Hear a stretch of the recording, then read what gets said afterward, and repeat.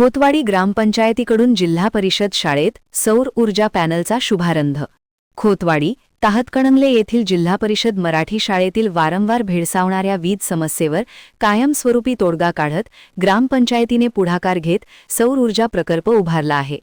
15व्या वित्त आयोगाच्या निधीतून उभारण्यात आलेल्या या सौर ऊर्जा पॅनलचा शुभारंभ शनिवारी उत्साहपूर्ण वातावरणात पार पडला।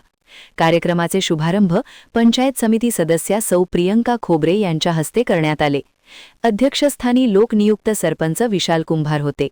यावेळी शालेय व्यवस्थापन समितीचे अध्यक्ष विजय खोत हे प्रमुख पाहुणे म्हणून उपस्थित होते।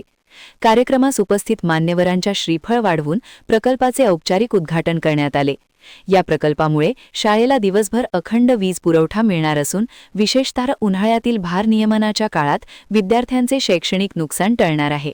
यावेळी सरपंच विशाल कुंभार यांनी सांगितले की आजच्या काळात वीज ही मूलभूत गरज बनली आहे। शाळांमध्ये गुणवत्तापूर्ण शिक्षण देण्यासाठी अखंड वीज पुरवठा आवश्यक आहे।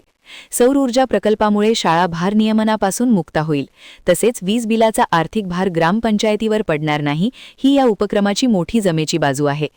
पंचायत समिती सदस्या सौ प्रियंका खोबरे यांनी आपल्या मनोगतात सांगितले की ग्रामीण भागातील शाळांमध्ये पायाभूत सुविधा मजबूत करणे ही काळाची गरज असल्याचे सांगितले।